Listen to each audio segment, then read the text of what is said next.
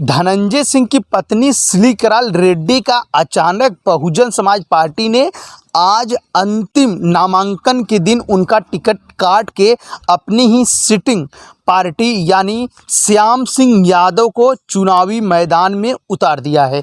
हम आपको बताना चाहेंगे कि जिस तरीके से जौनपुर में सियासत काफ़ी तेज और काफ़ी ज़्यादा गर्म हो गई थी, क्योंकि बहुजन समाज पार्टी ने श्रीकला रेड्डी यानी धनंजय सिंह की पत्नी को टिकट को दे करके ऐसा लग रहा था कि चुनाव को एक तरफ बहुजन समाज पार्टी ने कर लिया है। लेकिन अचानक बहुजन समाज पार्टी ने ऐसा चाल चल दिया कि हर किसी पार्टी के पांव तले जमी इसलिए खिसक गया कि आखिर श्रीकला रेड्डी यानी धनंजय सिंह की पत्नी का टिकट क्यों कटा। इसको लेकर के जौनपुर में विभिन्न प्रकार की चर्चाएं चल रही है। वह इस बात की पुष्टि करने के लिए राजनीतिक गलियारों में विभिन्न प्रकार की बातें चल रही है। आप ये भी कह सकते हैं कि पत्रकारों के फ़ोन इस वक्त इसलिए घनघना रहे हैं, लोग ये जानना चाह रहे हैं कि बहुजन समाज पार्टी ने आखिर टिकट श्रीकला रेड्डी का क्यों काट दिया है।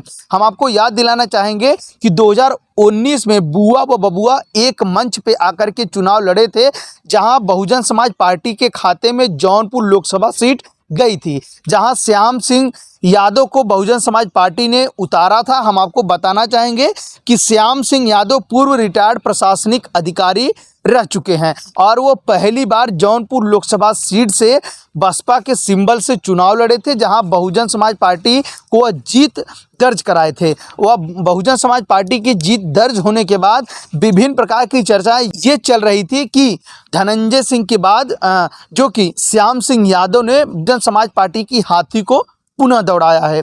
लेकिन अचानक बहुजन समाज पार्टी ने धनंजय सिंह की पत्नी यानी श्रीकला रेड्डी का टिकट क्यों काट दिया है, इसको हम थोड़ा जानने का प्रयास करेंगे और इसके बाद हम आपको ये बताने का प्रयास करेंगे कि आखिर बहुजन समाज पार्टी अचानक लगातार प्रत्याशी क्यों बदल रही है। क्या बहुजन समाज पार्टी इस पूरे चुनाव में हार मान के अपने प्रत्याशी को लगातार बदल रही है, या कहीं किसी अन्य पार्टी से बंद कमरे में बात करके ऐसे खेल खेल रही है, इसको भी जानने का पूरा प्रयास करेंगे। तो सबसे पहले आपकी निगाहें लेके चलेंगे जो कि उत्तर प्रदेश के भदोही लोकसभा सीट पे।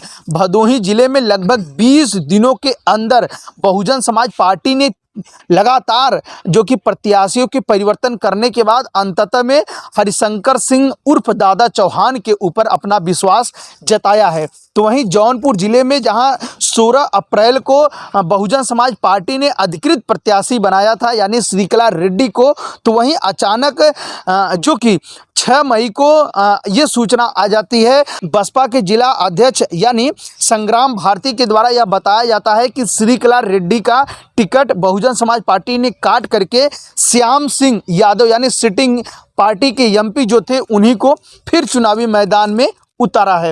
हम आपको याद दिलाना चाहेंगे कि भारतीय जनता पार्टी के तरफ से जो कि महाराष्ट्र सरकार में कैबिनेट मंत्री का जिम्मा थाम के बैठे थे कृपा शंकर सिंह यादव को भारतीय जनता पार्टी ने पहली बार उत्तर प्रदेश के जौनपुर लोकसभा, आप ये भी कह सकते हैं कि जन्मभूमि पर उनकी कड़ी परीक्षा लेने के लिए भारतीय जनता पार्टी ने उन्हें जौनपुर से उतारा है।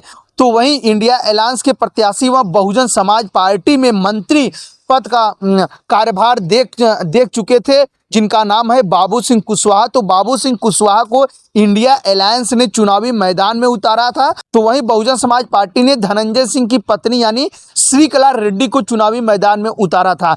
जैसे ही 16 अप्रैल को बहुजन समाज पार्टी ने श्रीकला रेड्डी यानी धनंजय सिंह की पत्नी को टिकट दिया था, उसको लेकर के राजनीति में भूचाल आ गई थी। वह लोग एक तरफा यह चुनाव को समझ लिए थे। लोगों का यह कहना था भाजपा बनाम बसपा का यह चुनाव होने वाला है, इंडिया अलायंस का यहाँ कोई रोल नहीं रहेगा। लेकिन बहुजन समाज पार्टी ने अचानक प्रत्याशी को परिवर्तन करके एक दूसरे प्रत्याशी को नया चेहरा पुनः दे करके यानी अपनी ही सिटिंग पार्टी श्याम सिंह यादव को मैदान में उतार करके ऐसा लोग कह रहे हैं यह जौनपुर लोकसभा त्रिकोणी खेल हो गया है।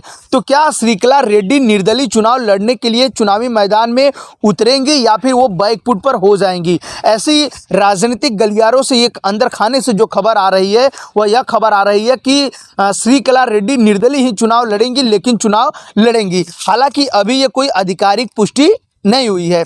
ऐसा बताया जाता है कि दोपहर करीब 2 बजे तक बहुजन समाज पार्टी के प्रत्याशी यानी श्याम सिंह यादव नामांकन करने आज अंतिम तारीख को अपना पर्चा दाखिल करने जाएंगे, जहां श्रीकला रेड्डी के पति धनंजय सिंह को एमपी एमएलए कोर्ट ने रंगदारी मांगने के मामले में उन्हें मार्च में जो कि सजा सुनाई थी। इसके बाद उनको 1 मई को बरेली जेल से वो रिहा हुए थे। जमानत उससे पहले मिल गई थी, लेकिन कागजाती कार्रवाई में थोड़ा समय लग गया, जिससे 1 मई को उन्हें रिहा किया गया था। तो वहीं 1 मई को धनंजय सिंह की पत्नी श्रीकला रेड्डी ने नामांकन भी किया था। देखना यह है कि बहुजन समाज पार्टी कहीं बंद कमरे में बात करके अपने प्रत्याशी को बदल रही है, या फिर इस पूरे चुनाव को कोई नया रास्ता ढूंढने का प्रयास कर रही है।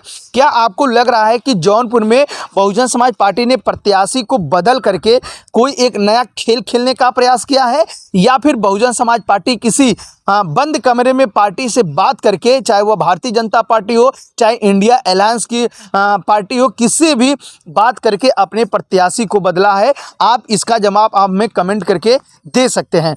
दोस्तों, आपको याद रहे कि बहुजन समाज पार्टी इस पूरे चुनाव में कहीं कहीं ऐसे पत्ते फेंकी है कि जहां भारतीय जनता पार्टी व इंडिया अलायंस के प्रत्याशियों के पसीने छूट गए हैं, तो वहीं कुछ जगह ऐसी भी तस्वीरें व ऐसे भी प्रत्याशियों के नाम देखने को मिले हैं जहां बहुजन समाज पार्टी के प्रत्याशी सिर्फ नाम मात्र का चुनाव लड़ रहे हैं। तो अब ये देखना यह है कि धनंजय सिंह की पत्नी श्रीकला रेड्डी क्या निर्दलीय से चुनाव लड़ेंगी, या फिर उनका वो नामांकन वापस लेंगी। ये उनके लिए अभी 3 दिनों का समय शेष है। हम आपको याद दिलाना चाहेंगे कि जौनपुर लोकसभा सीट में चुनाव 6वें चरण यानी 25 मई को होगा।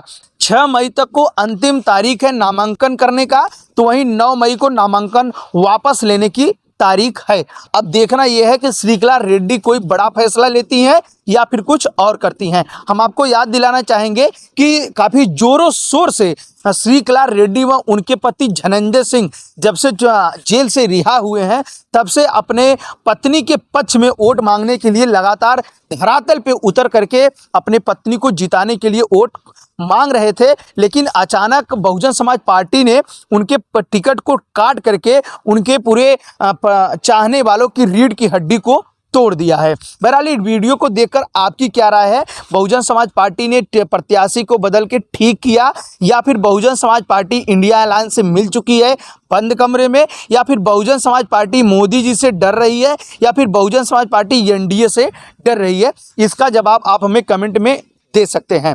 वीडियो अच्छी लगी हो तो चैनल को सब्सक्राइब करें व खबरों को ज़्यादा से ज़्यादा शेयर करें, ताकि इसी प्रकार की खबरें हम आप सभी के बीच लेकर आते रहें। अब दीजिए राजकुमार सरोज को इजाज़त। नमस्कार।